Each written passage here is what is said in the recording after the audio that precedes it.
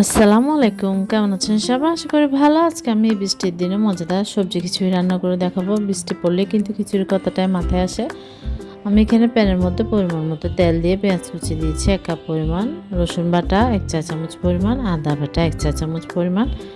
আমি আজকে চাল ডাল মিলিয়ে 2 কাপের থেকেও বেশি হবে 1 কাপ পরিমাণ। 1 কাপের থেকেও সামান্য একটু চাল বেশি আছে এবং ডালও কিন্তু 1 কাপের মতো। এখানে মোট 2.5 কাপ হবে আমার চাল ডাল মিলিয়ে। আমি আদা রসুন বাটা 1 চা চামচ করে দিয়েছি, হলুদ গুঁড়া দিচ্ছি 1 চা চামচ পরিমাণ, মরিচ গুঁড়াও আমি 1 চা চামচ পরিমাণ, মিক্স মশলা দিচ্ছি আমি এখানে 1 চা চামচ পরিমাণ। আসলে পরিমাণটা আমার চাল ডাল সবজির উপর পরিমাপ করে আমি নিয়েছি। আপনাদের যদি এর থেকে বেশি পরিমাণে হয় তাহলে সব কিছু কিন্তু বাড়িয়ে নেবেন, আর কম হলে কিন্তু আরও কমিয়ে নেবেন। আসলে আমি সবসময় কিন্তু প্রত্যেকটা ভিডিওতে বলি যে পরিমাপটা আপনারা যতটুকু হবে সে অনুযায়ী আপনারা অ্যাডজাস্ট করে নেবেন। আর আমার পরিমাপে রান্না করলে আপনারা সব কিছু সেম টু সেম দিলে হয়ে যাবে। এবার আমি ভালোভাবে পেঁয়াজটা মশলার সাথে কষিয়ে নিব নাড়াচাড়া করে, নাহলে কিন্তু মশলাটা আবার পুড়ে যাবে। আর বৃষ্টির দিনে কিন্তু গরম গরম ভুনা খিচুড়ি বলেন সবজি খিচুড়ি বলেন খেতে কিন্তু বেশ ভালো লাগে। তাই এখন যেহেতু বৃষ্টি ঠান্ডা ঠান্ডা ওয়েদার, এই ওয়েদার কিন্তু খিচুড়িটা খুবই ভালো লাগে। আমি এখানে অল্প পরিমাণ পানি দিয়ে দিয়েছি মশলাটা কষানোর জন্য।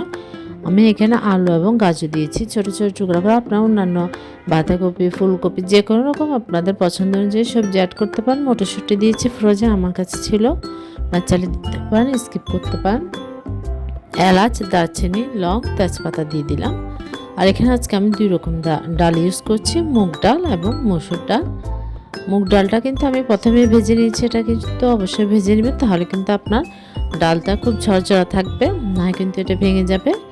এটা আমি ভালোভাবে ক্লিন করে পানি ঝরিয়ে নিয়েছিলাম, দিয়ে দিয়েছি। এবার আমি চালটা দিয়ে দিলাম। চালটা আমি ভাতের চাল, যেহেতু আমার ভাতের চালটা একদম ছোট ছোট মিনিকেট, তাই আপনারা চাইলে ভাতের চাল দিয়েও রান্না করতে পারেন, চাইলে পোলাও চাল দিয়েও রান্না করতে পারেন, যাদের যেমন ভালো লাগে। কিন্তু আপনি এটা যেভাবে রান্না করেন না কেন এই সবজি খিচুড়িটা কিন্তু খেতে অসাধারণ লাগে। তাই আমার রেসিপিটি ফলো করে আপনারা অবশ্যই ট্রাই করবেন।